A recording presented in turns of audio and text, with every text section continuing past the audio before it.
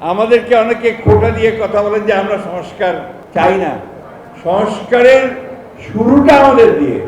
1975 সালের আগে শেখ মুজিবুর রহমান, যিনি ফ্যাসিজমের মূল হোতা, তিনি গণতন্ত্রকে কবর দিয়ে দিয়ে এক দিবসের মতো বাকশাল করে দিয়েছিলেন, তাই না? তো সেই বাকশাল থেকে ফিরিয়ে বহুদলীয় গণতন্ত্র নিয়ে এসে মাল্টি পার্টি সিস্টেমের যে গণতান্ত্রিক ব্যবস্থাটা চালু করলেন কে? জিয়াউর রহমান। প্রায় 1700 নেতাকর্মী গুম হয়ে গেল, হাজার হাজার নেতাকর্মী প্রাণ দিল, প্রায় 2000-এর উপরে শুধু জুলাই মাসে প্রাণ দিল। তার মূল্যটা কি? at what cost? তার দামটা কত? আমরা খুব খুশি হই যখন দেখি একটা পজিটিভ নিউজ পত্রিকার মধ্যে। আমাদের রিপন ভাই সব নেগেটিভ কথা বলে গেছেন, উনি কিছুই ভালো দেখছেন না। আমি কিন্তু কিছু ভালো দেখছি।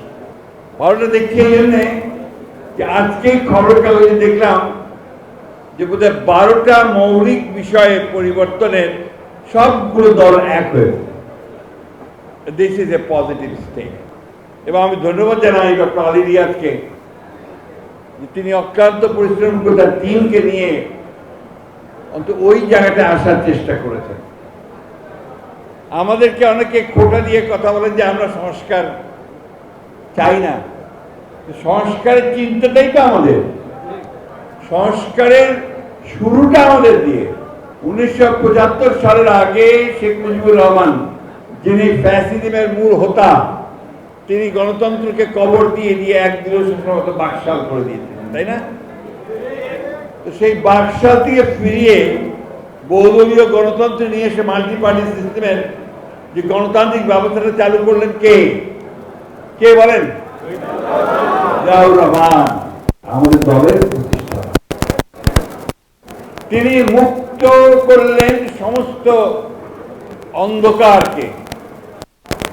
রাজনৈতিকভাবে এই বহুদলীয় গণতন্ত্র, বাক স্বাধীনতা, সংবাদপত্রের স্বাধীনতা, জিয়াউর রহমান শুরু করলেন নতুন সংস্কারের মধ্য দিয়ে। এটা ছিল তার রাজনৈতিক সংস্কার। আর অর্থনৈতিক সংস্কার কি ছিল? একটা বদ্ধ তথাকথিত ভ্রান্ত সমাজতান্ত্রিক অর্থনৈতিক ধারণা থেকে তিনি তাকে নিয়ে আসলেন মুক্ত বাজার অর্থনৈতিক ধারণায়। এবং সেটা করে 3-3.5 বছরের মধ্যে বাংলাদেশের চেহারা বদলে গেল। যে নিক্সন বলছেন যে বাংলাদেশ একটা বটমলেস বাস্কেট, সেই আমেরিকা বলল যে বাংলাদেশ এখন একটা সম্ভাবনাময় দেশ।